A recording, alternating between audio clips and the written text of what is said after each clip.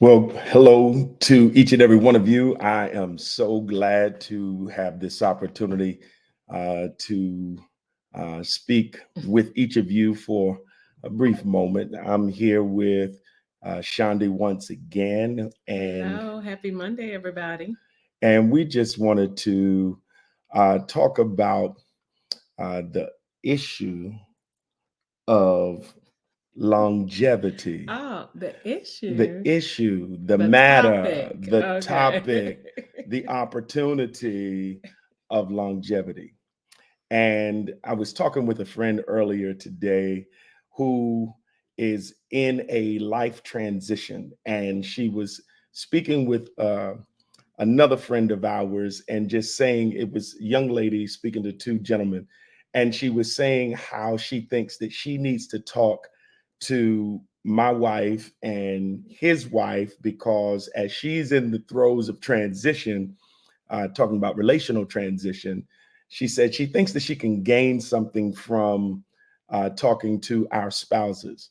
And it just really resonates that what we are experiencing is not as normal as it should be.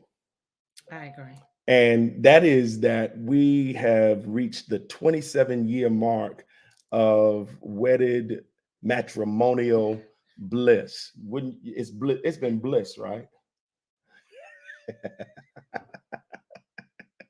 Come on now, tell the truth. Tell the truth. Tell the truth. Well, it hasn't always been bliss. I think we're in a good spot now, Okay. and we've been in a good spot for a good season. Uh-huh. Um, Possibly the best good spot that we've been in. Okay. But it's not always been blissful. Okay. So we want to cover two things. Oh, We want to cover two things. One is how did we start and how did we get to this particular stage? There has to be some kind of a magic potion. So let's deal with how do we start? You always have such an a delightfully tasty approach to how we started. So I'm gonna well, let you Adrian, say why it. don't you do it then? No, why don't you? No, I mean, no, our no. story is unusual, I think. We met, even that I always like to tell people we graduated from college Uh-huh. on the same exact day Right, and had never met. right. And about a year and a half after we graduated, we met by chance. Um, During a 4th of July weekend, Adrian came down with a good friend of mine. You And say it was chance, and I think it was destiny, but keep going. no, you're right. It was destiny. Keep You going. corrected me. It, Keep it going. was destiny, but back then I didn't understand destiny. So I thought it was just like chance. And so we met. Adrian, they came to stay at our house, my house over the weekend. And we've been together ever since.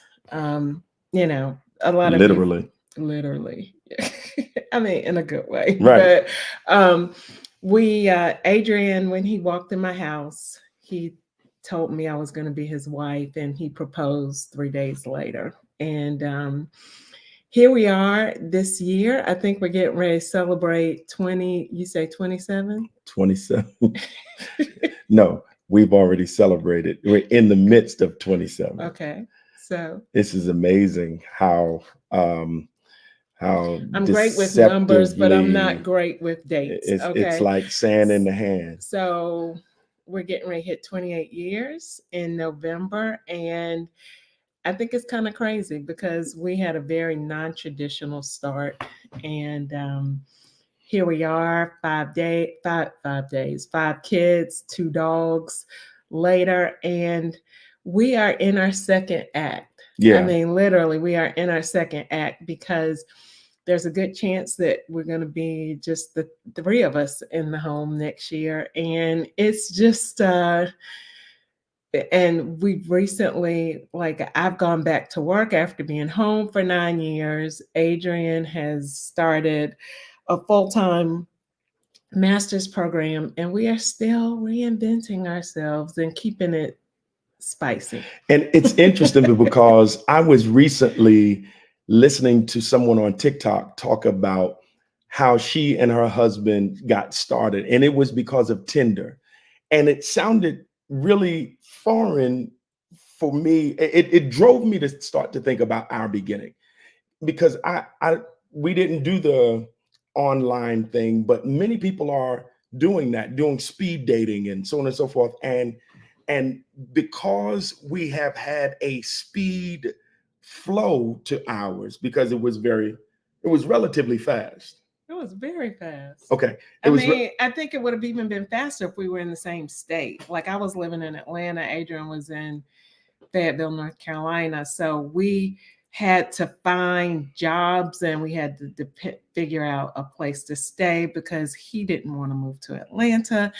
And I didn't want to move to Fayetteville. So we just. A year and a half later, we were married. Mhm. A year and a half later, here we are, 5 children, and 27 years later, here, excuse me, actually 28 years, here we are, and we're still married, still wearing our rings, still sleeping in the same bed, still, that's important. No, it is.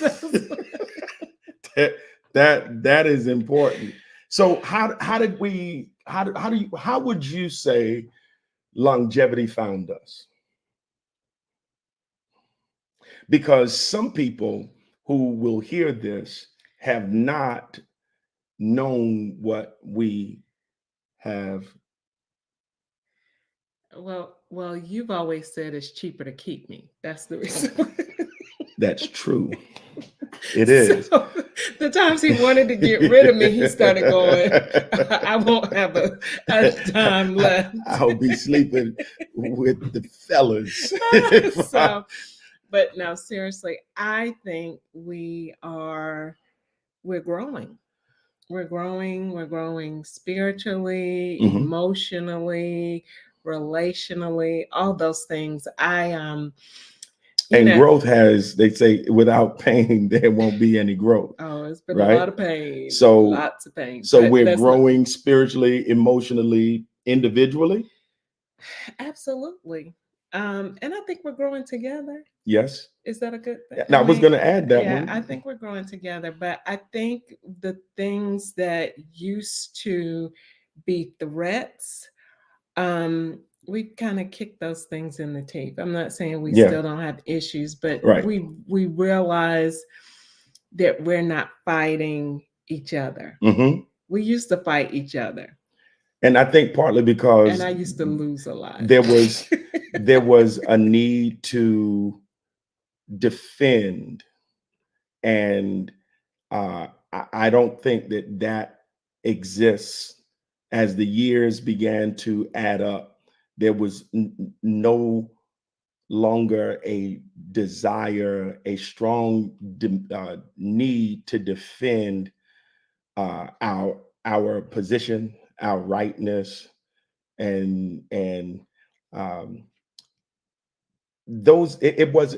I would say that those were moments. Those were not always our norm, and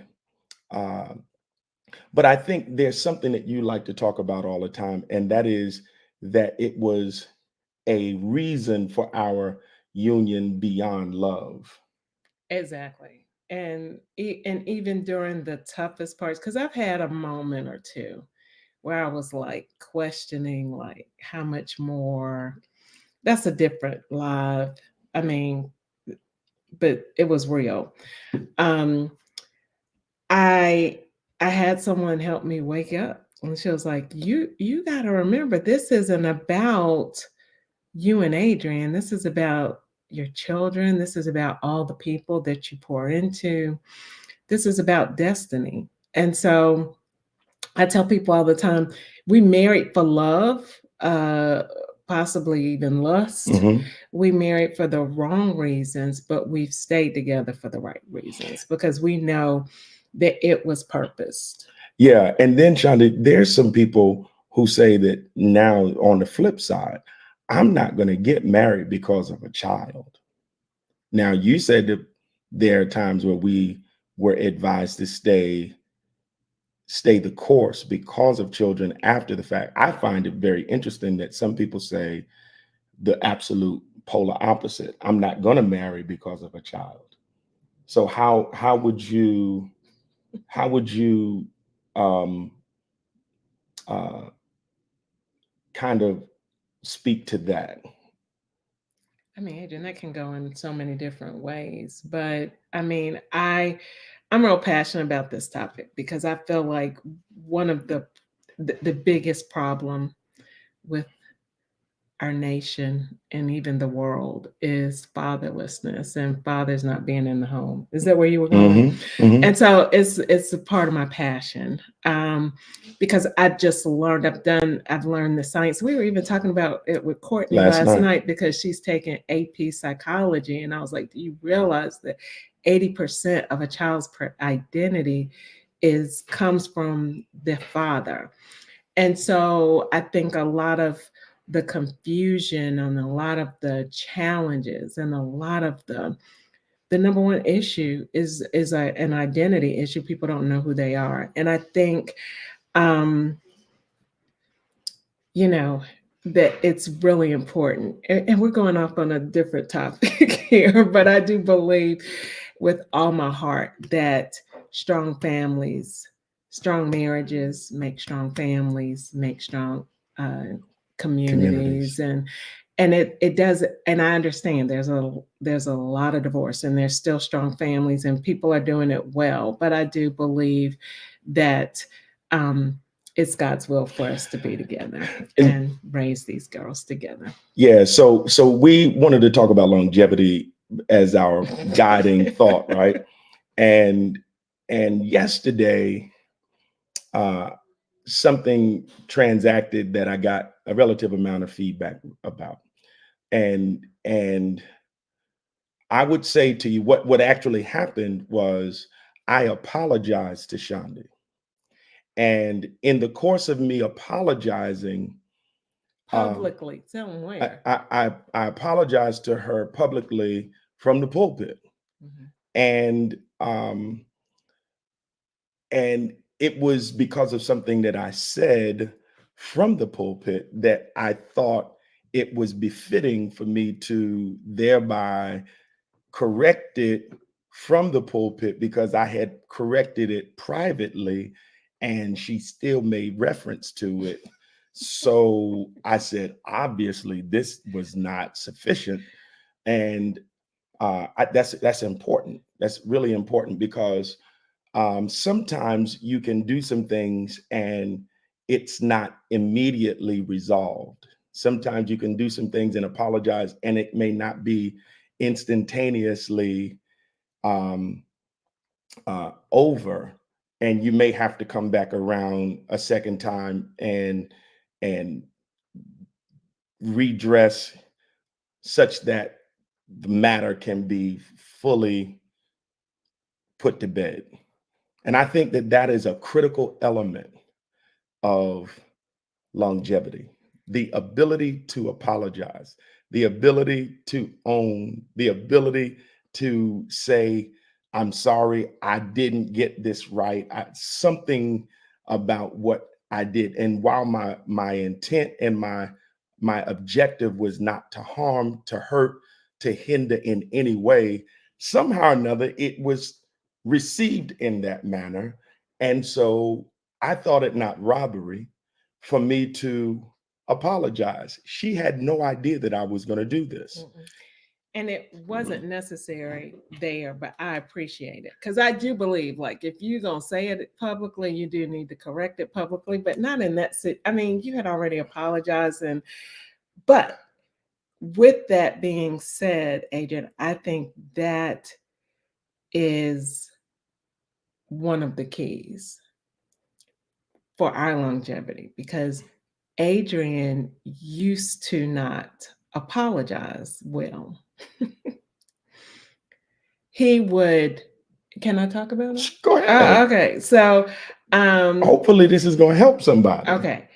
Adrian struggled to say, I apologize. Like he'd be like, you would justify, like he was a horrible apologizer. And but at the same time, I have learned how to forgive even if an apology is not given. So I think that has been huge, but that was a major struggle because Adrian would be like, I mean, I'd be sitting over here hurt, wounded, like, and he would never own it. There's one of the things that I He asked of would not her own it is a to lot of not times. speak in absolutes. And it's taken her 28 years and she's still on the journey. Just like I'm on the journey of learning how to own, how to apologize. She typically will speak in terms of Absolutes. absolutes. I never, you always, and that's not true. But you see how I corrected it? Correct. And that's where I think we both have grown. Correct. Like, I have been trying to do better in some areas, Mhm. and you're doing well with that apology. Like yesterday, I wasn't expecting it, didn't even need it because I was done with it. I mean, I dug into you a little bit yesterday because I could, but Before I left to go to the Lord's house, somehow or another that issue came up again. And so even though she said that she was over it and it was done, she still had it on the stove. I just wanted it was to remind simmering. him, like, we don't want to do that again. Yeah. And so it was just a little reminder, but it Yeah. really wasn't simmering. I was good. Well, I was good. But anyway. I thought, But it was huge, and I'm sure it ministered to a lot of people because he openly apologized for something that he did the week prior. Because in the past, a lot of times it would take Adrian, you know, me stewing over it for like 3 or 4 years before he would ever own it. And that's growth. That's growth on my part for me to be able, in terms of how I perceived the matter at hand. And I'm not patting myself on the back. I'm acknowledging that this is a maturation process that has taken place so that she will be better, that she will be well, that she would be at peace. And it took me a while to get to the point where I did not think that that was taking away from me. When we disagreed and she had a position on the matter, you know, you've heard the phrase stand your ground. Sometimes it's not beneficial to stand your ground. If that is for the betterment of your spouse, for you to meet them at the place of their pain in order that they don't remain there and can healthily move forward, then you have to ask yourself, what is the true cost? What is the cost? Is the cost not sufficient to render that in order that they might be able to advance with you and you not leave them in that place with a blown tire? Right? And so again, if you're just joining us, we're about to end. What we've been talking about is how did we do it? How did we do what? How did we last for 27 marital years? And not just surviving, but I do believe we really are thriving now. Like we've hit our sweet spot finally. You know, it might have looked good on the outside, but it wasn't always good. But now it really, really is. There is no perfect relationship. There's no perfect, no relationship that does not have a need for a pit stop. And what happens in the pit stops? You get a new set of wheels, you get an oil change, you refuel, you have issues addressed that need to be addressed in order for what? That you can get back into the race. And what we're talking about in terms of longevity is that some people have bowed out of the race because they didn't manage their pit stop sufficiently. And again, I think I alluded to this earlier. We've come to learn what we really are fighting. You know, that's we key. Used to fight each other. Right. And now we fight with each other and we recognize that we're not fighting against flesh and blood. Right.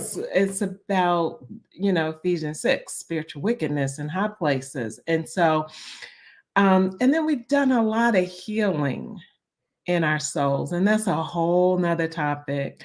That maybe we should come back and address. It's my favorite thing to talk about, being healed, because both of us had a whole lot of our souls were not whole. Right. Parts of us were at different places. Yeah. Still with different people. Right. Not just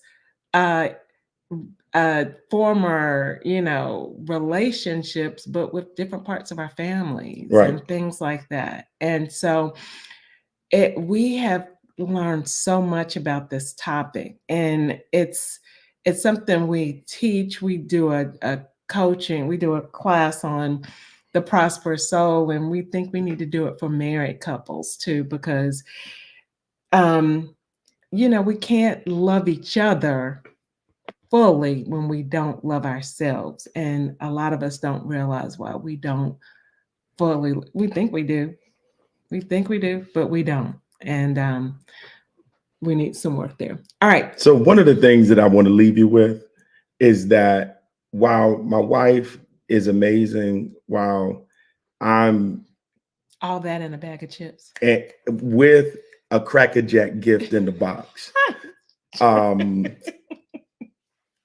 I believe that what we have enjoyed by the grace of God is not restricted to us, that other relationships can be blessed with longevity. And there just needs to be some awakenings. This is one of the recent teachings that I was doing, and I emphasized the need for us to be awakened to the vision that God has for us. And there's a vision that God has for every marriage. There's a vision that he has for every family. And it's the vision stealer that wants that to never, ever bear fruit. And so it's our desire to not keep the wisdom that we've gained over 27 years to ourselves. It's our desire to share this with others such that they can benefit from our pit stops that they don't have to be on the side of the road and out of the race completely. So Shandi, have the final word. I feel like I've run out. That's not true, but he is doing better. You see, this is growth. So, yeah, we just have a passion. We just believe that in this season, as things are slowing down in our family life, that we need to give back and pour into people what we wish we had had. Honestly, we wish we had known this, because it would have saved us a bunch of bumps, bruises, and black eyes in the. That's such a true statement. Not physical black eyes, but there was a moment that it could have. It really could. See, now she's about to trigger me. So we're gonna end. And it was me giving it to him, not him hitting me. Yeah. We're gonna be back next Monday at 7:00 ish. And we're gonna be back at 7:00 next Monday, and we're gonna pick up and share what we believe will be another insightful impartation, revelation that we know will have some kind of an effect to bring an awakening, such that your relationship, your marriage, can also wave the flag of the silver anniversaries, the golden anniversaries. Who knows if by grace, the platinum and all of that stuff, because it's God's desire that your vision speak. And we want to partner with you in that regard as well. So enjoy the rest of your evening. God bless you. And we hope that you'll join us again next time. All right. Take care, everybody.